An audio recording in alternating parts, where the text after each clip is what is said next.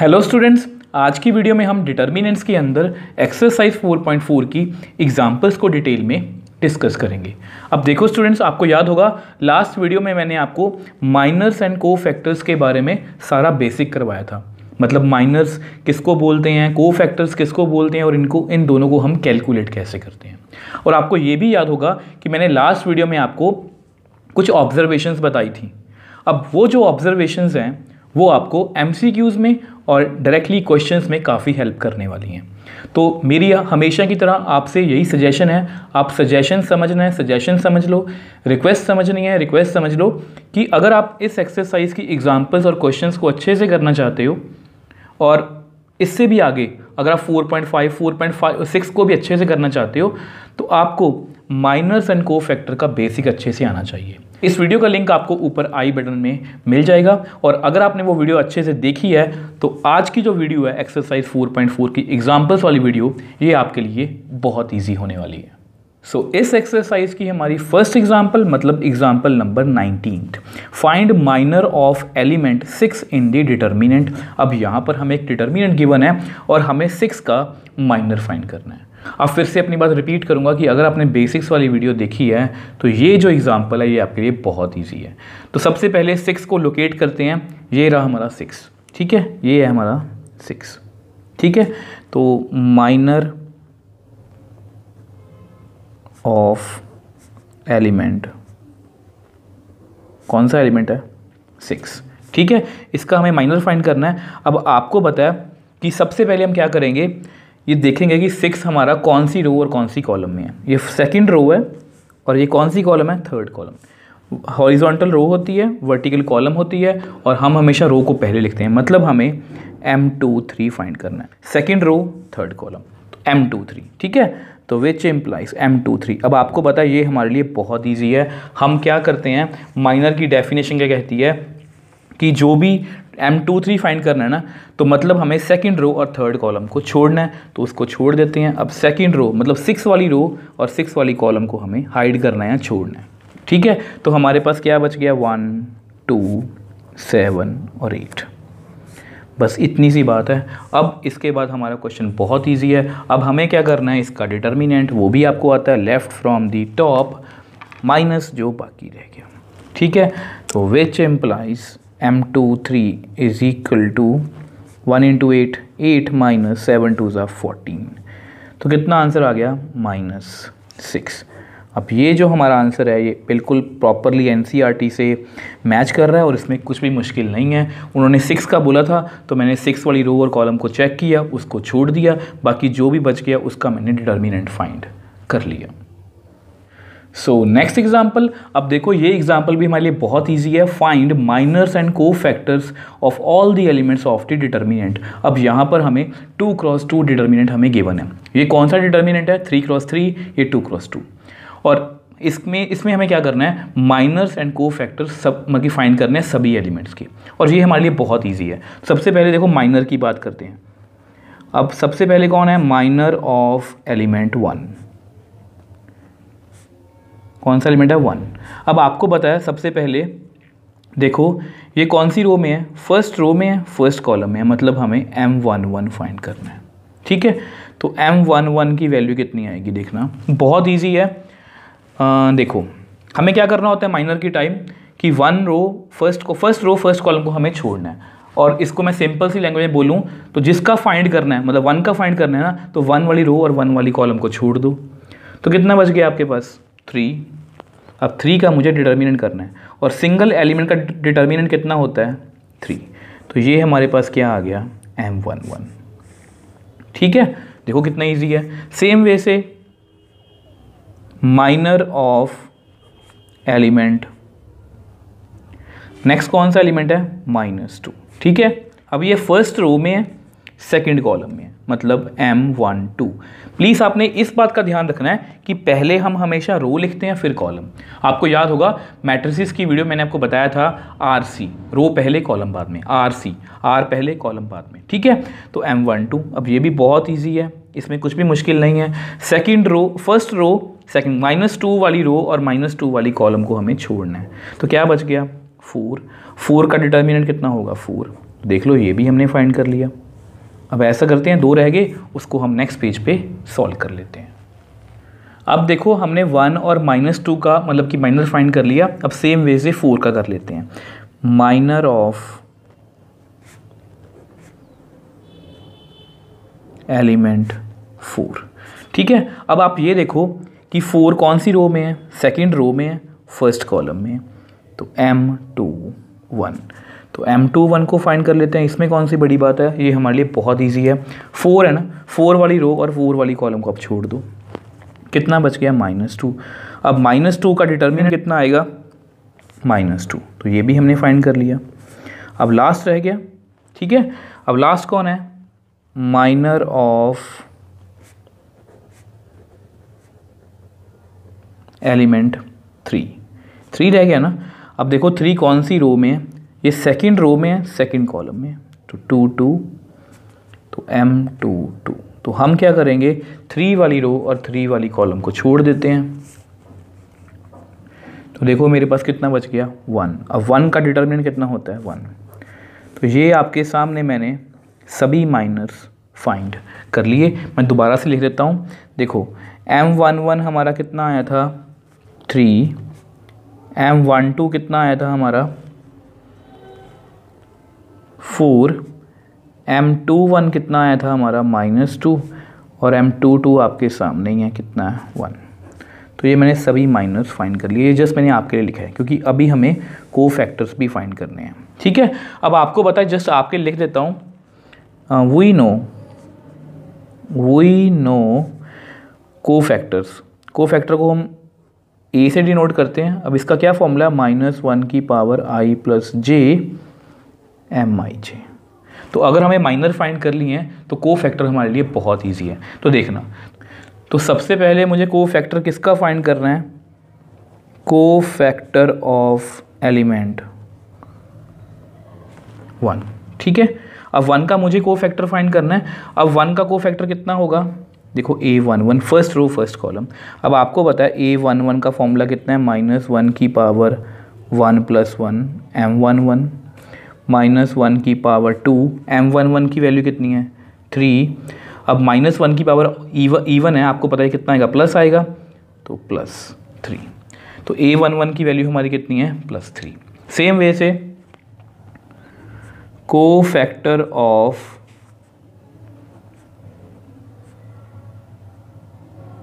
Element -2। अब आपको पता है ये कौन सा एलिमेंट है, first row second column, A12। तो A12 का क्या फॉर्मूला है, -1 की पावर 1 + 2 M12। अब आपको पता है -1 की पावर 3 और M12 की वैल्यू कितनी है, 4। -1 की पावर ऑड है तो कितना आएगा, -4, ठीक है। सेम वे से कोफैक्टर ऑफ एलिमेंट, देखो मैं चाहता तो मैं जल्दी जल्दी करवा सकता हूँ, बट क्योंकि अभी आप देखो इस टॉपिक में नए हो, फेमिलियर होने में थोड़ा सा टाइम लगता है। अब जैसे ही आप इसको प्रैक्टिस अच्छे से कर लोगे, उसके बाद इसको आप झट से कर लोगे आप खुद से, मतलब आप मतलब जल्दी जल्दी से कोफैक्टर या माइनर निकाल सकते हो। अब जस्ट क्योंकि आप टॉपिक में नए हो इसलिए मैं आपको थोड़ा सा एक्सप्लेन करके बता रहा हूँ। अब कोफैक्टर मुझे फाइंड करना है 4 का। अब ये सेकेंड रो है, सेकेंड रो फर्स्ट कॉलम है, A21।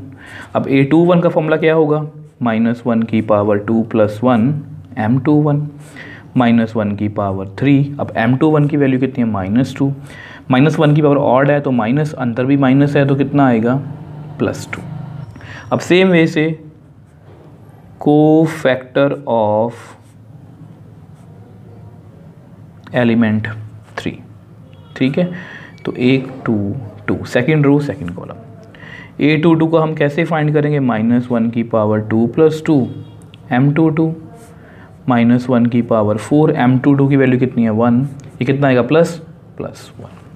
तो इस तरह से हमने देखो सभी कोफैक्टर फाइंड कर लिए। A11 की वैल्यू +3 है, A12 की वैल्यू -4 है, A21 की वैल्यू +2 है, A22 की वैल्यू +1 है। देख लो हमने बड़ी ही ईजिली माइनस और कोफैक्टर्स फाइंड कर लिए। अब यहाँ पर छोटी सी चीज़ बताऊँगा, आपको याद होगा अगर आपने बेसिक्स वाली वीडियो देखी है तो मैंने आपको शॉर्टकट बताया था कोफैक्टर का। 1 का कोफैक्टर 3, देखो यहाँ पे 3 है, 3 का कोफैक्टर 1, इसका कोफैक्टर कितना है 1 है, इसका कोफैक्टर इसका -4, इसका कोफैक्टर इसका माइनस का माइनस +2, 3 का कोफैक्टर मैंने आपको बता ही दिया। आप शॉर्टकट से भी कर सकते हो, बट क्योंकि आप टॉपिक में नए हो मैं शॉर्टकट में नहीं चल सकता, आपको नॉलेज के लिए बता दिया, आप कर सकते हो। मेरा मतलब कि बीइंग अ टीचर ये मतलब कि ये फ़र्ज़ बनता है कि मैं आपको हर एक स्टेप अच्छे से बताऊँ। अगर आपको समझ आ गया है तो आप यहाँ से वीडियो स्किप कर सकते हो, आप खुद से इसको सॉल्व कर सकते हो। So next example, find minors and cofactors of the elements A11 A21 in the determinant. और ये हमें डिटर्मिनेंट गिवन है, और ये एक जनरल फॉर्म में हमें डिटर्मिनेंट गिवन है A11 A12 A13। आपको बताया हम किसी भी एलिमेंट को इसी तरह से एड्रेस करते हैं, second row first column, second row second column, second row third column, third row first column, third row second column, third row third column. तो ये हमारे लिए कुछ भी मुश्किल नहीं है। तो सबसे पहले हम माइनर को फाइंड कर लेते हैं, माइनर ऑफ एलिमेंट A11, इसका फाइंड करना है। अब A11 ये रहा, ठीक है। अब आपको दिख ही रहा है कि ये A11 है, मैं यहाँ पर इसको राउंड कर देता हूँ A11। अब हमें क्या करना है, A11 वाली रो आपको पता है हमें M11 फाइंड करना है। अब आपको पता है हमें क्या करना है, A11 मतलब A11 वाली रो और A11 वाली कॉलम को छोड़ देना है, तो छोड़ देते हैं। तो देखो आपके पास कितना आएगा। अब देखो एक्चुअल में ना वो आपको 4.5 या 4.6 या उसके आगे मिसलेनियस के लिए प्रिपेयर कर रहे हैं, मतलब छोटे छोटे क्वेश्चन से आपको ना वो प्रिपेयर कर रहे हैं कि आप आगे जाके बड़े क्वेश्चंस के लिए प्रिपेयर हो पाओ, जो हम 4.5 4.6 या उससे आगे करने वाले हैं। तो इसलिए बोलता हूँ कि स्ट्रिक्टली फॉलो किया करो NCERT को, क्योंकि ये सबसे अच्छी बुक है। और अगर आपको NCERT अच्छे से क्लियर है, उसके बाद आप रेफरेंस बुक या कोई भी और बुक पढ़ना चाहते हो तो वो पढ़ सकते हो आपकी नॉलेज के लिए, बट सबसे पहले आपको NCERT ही करनी चाहिए। तो M11, तो M1 वाली रो और 1 वाली मतलब इस वाली रो इस वाली कॉलम को छोड़ दो, तो मेरे पास कितना बचा, A22 A23 A32 A33, ठीक है। अब डिटरमिनेंट फाइंड करना है, तो लेफ्ट फ्रॉम द टॉप, तो कितना आएगा मेरे पास, A22 को मल्टीप्लाई कर दो A33 से, माइनस जो बाकी रह गया, बाकी कितना रह गया, A32 A23। अब ये हमारा क्या है, माइनर। अब साथ में इसका कोफैक्टर भी फाइंड कर लेते हैं, कोफैक्टर ऑफ एलिमेंट, क्योंकि हमें माइनर और कोफैक्टर दोनों ही फाइंड करने हैं, इसका ही हमें कोफैक्टर फाइंड करना है। तो A11, अब A11 कितना होगा, दोबारा तो कैलकुलेट नहीं करेंगे, -1 की पावर 1 + 1 M11, -1 की पावर, वैसे आपको पता है ये इवन है तो प्लस ही आएगा, मैंने आपको बताया भी था शॉर्टकट में कि जब भी आपको लगे कि यहाँ पर इवन है तो बाहर प्लस लिख लिया करो, ठीक है। अब इसकी वैल्यू कितनी है, A22 A33 माइनस, अब A23 को NCERT वालों ने पहले लिखा, मैं भी लिख लेता हूँ। तो A11 की वैल्यू कितनी आएगी, -1 की प्लस है ना, इसको लिखने की जरूरत ही नहीं है। तो A22 A33 minus A23 A32। तो देख लो हमने कोफैक्टर को भी फाइंड कर लिया A11 के, और माइनर को भी फाइंड कर लिया। हमारे लिए बहुत ईजी है। सेम वे से देखो, सेम वे से माइनर ऑफ एलिमेंट, अब हमें और कौन सा एलिमेंट बोला गया, A21 उन्होंने बोला, तो वही फाइंड कर रहे हैं, ठीक है। तो M21 second row first column, ये कौन सा होगा, ये वाला सेकेंड रो फर्स्ट कॉलम, ठीक। अब हम क्या करेंगे, A21 वाली रो और A21 वाली कॉलम को छोड़ देंगे, तो छोड़ दो, तो हमारे पास कुछ ऐसा आएगा। तो M21 की वैल्यू कितनी आएगी, देखो कितना रह गया हमारे पास, A12 A13 A32 A33। इसमें कुछ भी मुश्किल नहीं है, हम बड़े ही ईजिली इसको फाइंड कर सकते हैं। आपको पता है लेफ़्ट फ्रॉम दी टॉप, ठीक है। तो M21 की वैल्यू फिर कितनी आएगी, A12 A33 माइनस जो बाकी रह गया, अब बाकी कितना रह गया, A13 इंटू A32। तो देख लो ये माइनर भी हमने फाइंड कर लिया। अब इसी का हम कोफैक्टर फाइंड कर लेते हैं, कोफैक्टर ऑफ एलिमेंट A21। ठीक है, मतलब A21 हमें फाइंड करना है। A21 की वैल्यू कितनी है, -1 की पावर 2 + 1 M21 -1 की पावर 3 और M21 की वैल्यू आपके सामने ऊपर है A12 A33 -A13 A32। ठीक है, अब आपको पता है -1 की पावर ऑड है तो माइनस आएगा बाहर, तो A12 A33 -A13 A32। अब जस्ट फाइनल टच दे दो आंसर को, इस माइनस को आप अंदर ले जाओ तो ये प्लस बन जाएगा। ये आगे लिख लिया मैंने, इसको बाद में लिख लो A12 A33। देखो NCERT वालों ने इनको ऐसे लिखा है, A-A12 A33 इसको पहले लिखा है, ये प्लस वाली टर्म बाद में लिखी है। ठीक है, अब इससे कोई भी फ़र्क नहीं पड़ता, मैंने भी वही सेम ही लिखा है। इसको मैंने आगे, इसको NCERT वालों ने आगे लिखा है और इसको पीछे लिखा है, तो मैंने भी वही लिखा है। देखो इस क्वेश्चन में कुछ भी मुश्किल नहीं था, जस्ट एक जर्नल क्वेश्चन था।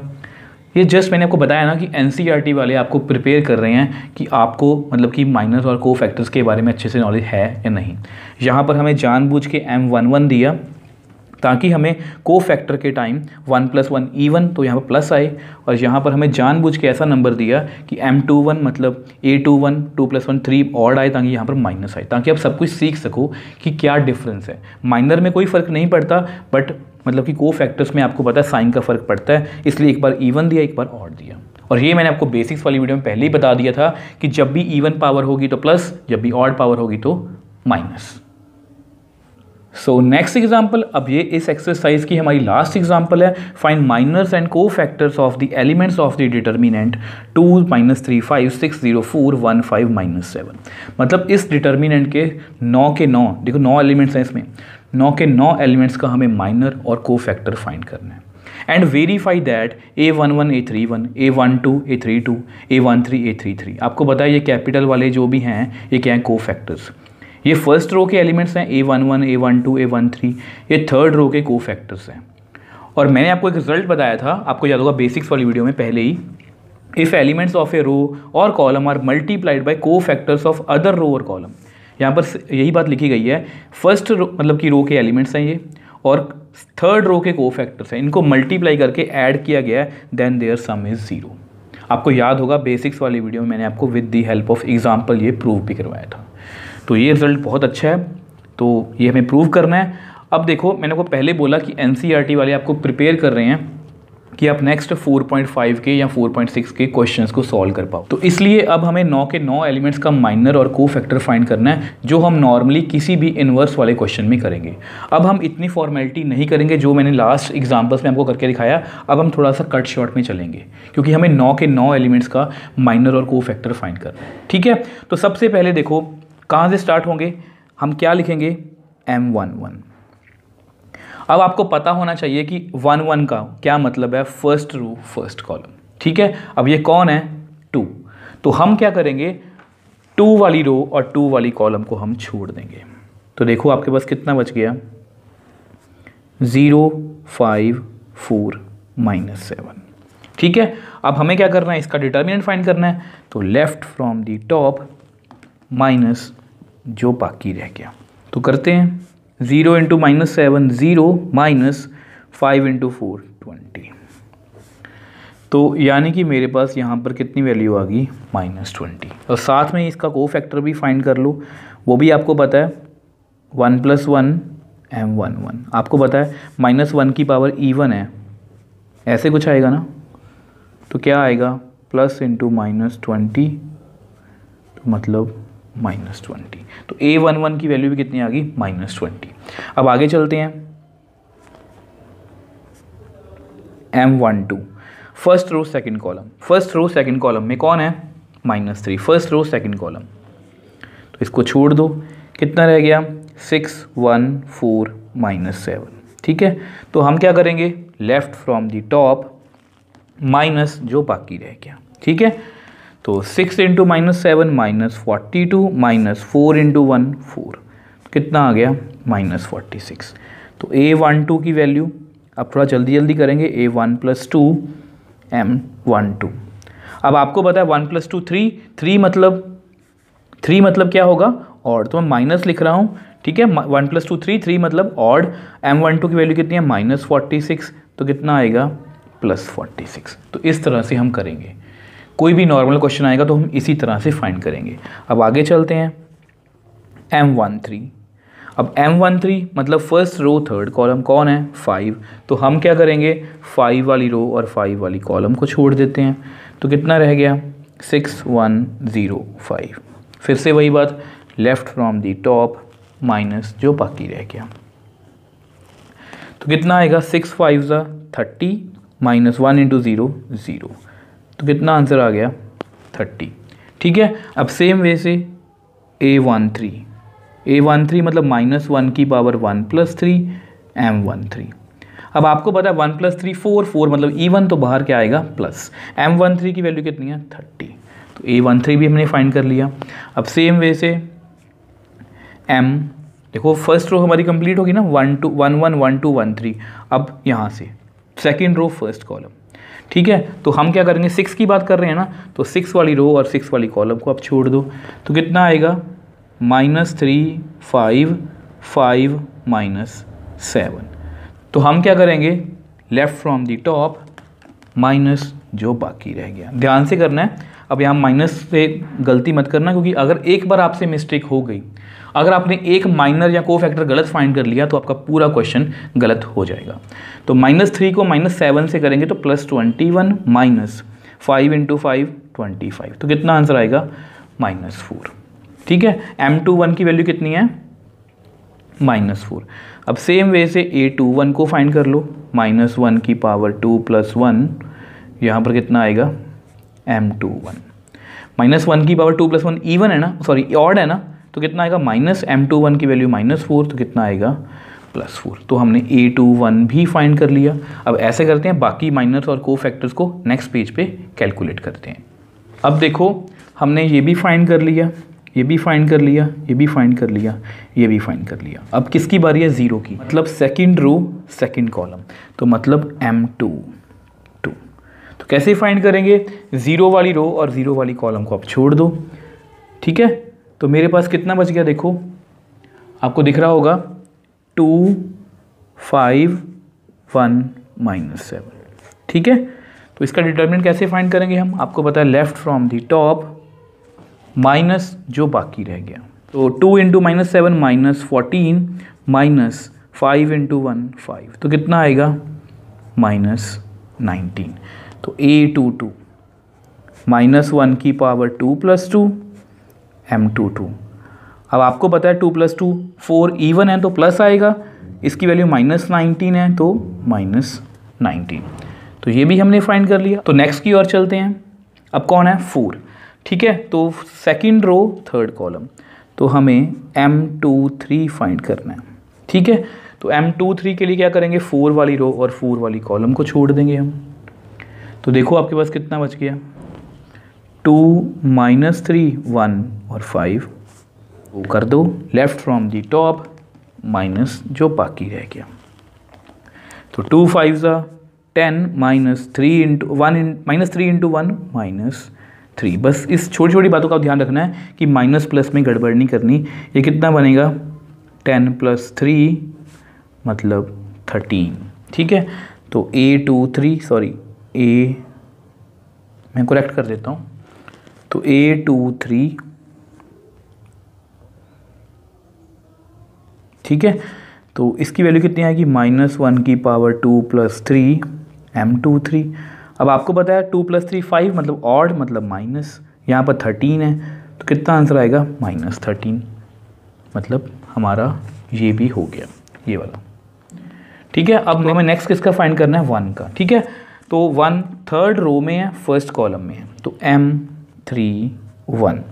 तो हम क्या करेंगे इस 1 वाली रो और इस 1 वाली कॉलम को छोड़ देंगे, तो कितना बच गया -3 5 0 4। तो फिर से वही बात left from the top minus जो बाकी रह गया, तो -3 को 4 से करेंगे तो -12 -0 × 5 0, तो कितना आंसर आ गया -12।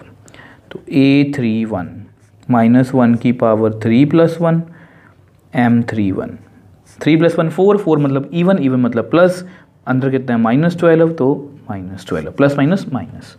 अब नेक्स्ट चलते हैं, देखो ये भी हमारा हो गया। अब 5 थर्ड रो में है, सेकंड कॉलम में है, 3 2। तो ऐसा करो 5 वाली रो और 5 वाली कॉलम को छोड़ दो, तो कितना आ गया आपके पास 2 6 5 4।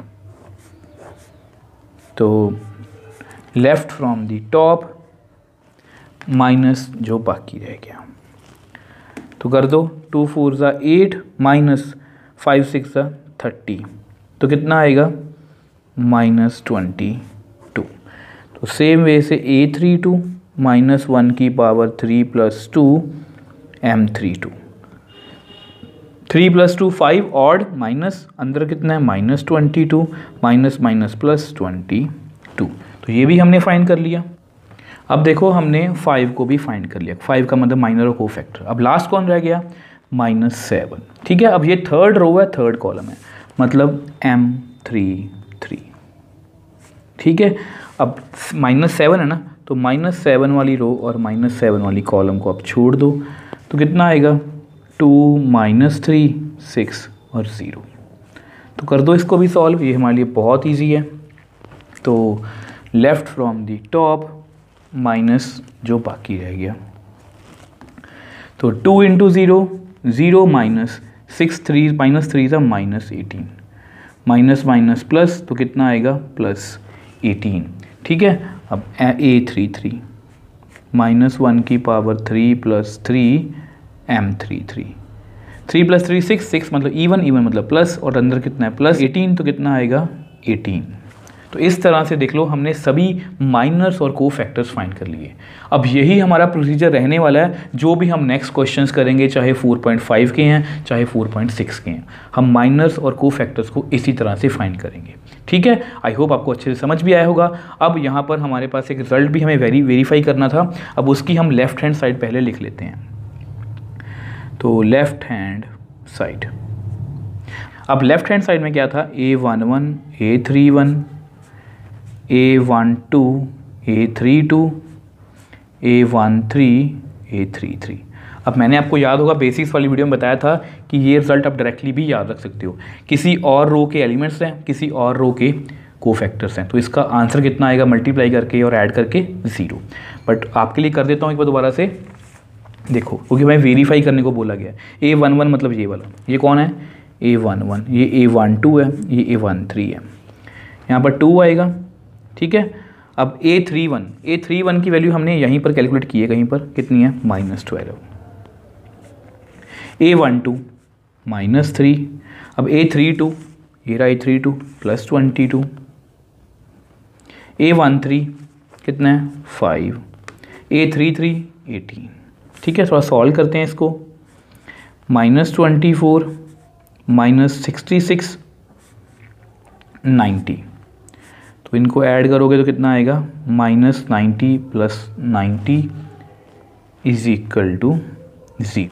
अब ये हमारी क्या है राइट हैंड साइड, और यही तो हमें वेरीफाई करना था, which implies A11 A31 A12 A32 A13 A33। इसको हमने सॉल्व किया, वैल्यूज़ को पुट किया, तो कितना आंसर आ गया 0, और ये हमने बड़ी ही ईजिली वेरीफाई कर दिया। तो अब ये मान के चलो अगर हम किसी भी रो या किसी भी कॉलम के, जो मैंने आपको बताया था बेसिक्स वाली वीडियो में, किसी भी और रो या कॉलम के को फैक्टर से मल्टीप्लाई करके ऐड करेंगे तो उसका आंसर हमेशा कितना आएगा 0। अब ये भी क्वेश्चन हमारे लिए बहुत ईजी था, ये हमारे लिए प्रैक्टिस थी, और ये आपको खुद से भी प्रैक्टिस करना चाहिए। मतलब जितना ईजिली आप को फैक्टर्स को कैलकुलेट करना सीख लोगे उतना ही आपके लिए अच्छा है, आपको नेक्स्ट एक्सरसाइजेज में प्रॉब्लम नहीं आएगी। अब देखो स्टूडेंट्स, ये मतलब कि मैंने आपको 4.4 एक्सरसाइज की सभी एग्जांपल्स को बहुत डिटेल में अच्छे से समझाने की कोशिश की है। आई होप आपको अच्छे से समझ भी आया होगा। अब नेक्स्ट वीडियो में हम एक्सरसाइज 4.4 के क्वेश्चंस को डिटेल में डिस्कस करेंगे।